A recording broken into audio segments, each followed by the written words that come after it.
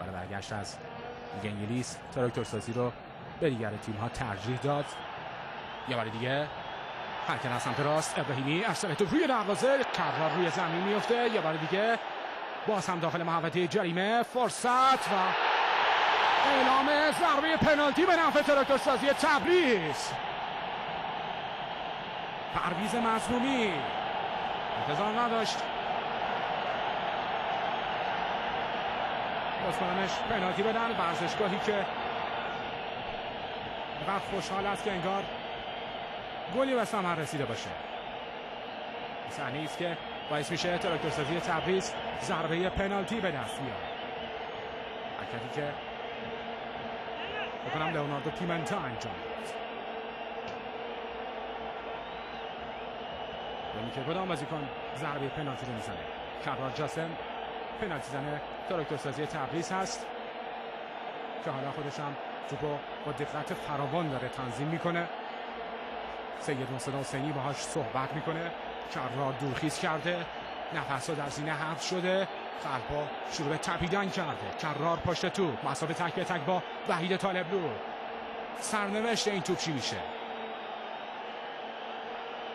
محسن ترکی آخرین تذکرات رو به بازیکنان پشت محوطه جریمه میده.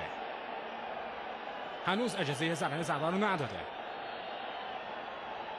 ولی این کار انجام میده. کرار حرکت میکنه و گل توی دروازه. گل برای تراکتورسازی تبریز. نتیجه کار به تساوی کشیده میشه. 1-1 مساوی با ورزشگاهی که صداش گوش آسمون رو کر میکنه. گلی که کرار جاسم محمد به ثمر میرسونه. تراکتورسازی تبریز 1، استقلال تهران 1. حالا میتونه برنامه فراز کمالوند تغییر کنه. در آغوش فراز کمالوند هم قرار میگیره کرار جاسم. عنوان کرده بود که رابطه‌اش با کرار جاسم بیش از رابطه بازیکن و سرمربیه. جباری شادی به اردوی تراکتورسازی و هوادارانش باز میگرده. آب رفته به جوی تراکتورسازی برمیگرده. آنجانیک تیموریان تو از دست میده. مجیدی میبینیم ضربه‌ای که کرار جاسم در خلاف جهت حرکت طالبلو زد. انجا لوئیس نفوذ کرده، توپو میفرسته و توپ بیرون. شادی پس از گل هواداران تراکتورسازی تبریز که بیشتر شبیه شادی هواداران تیم‌های کشورهای اروپایی است.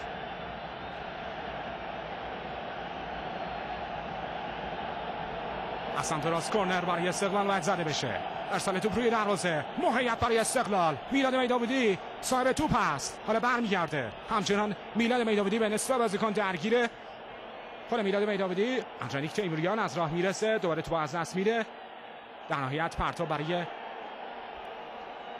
استقلال تهران به دست میاد.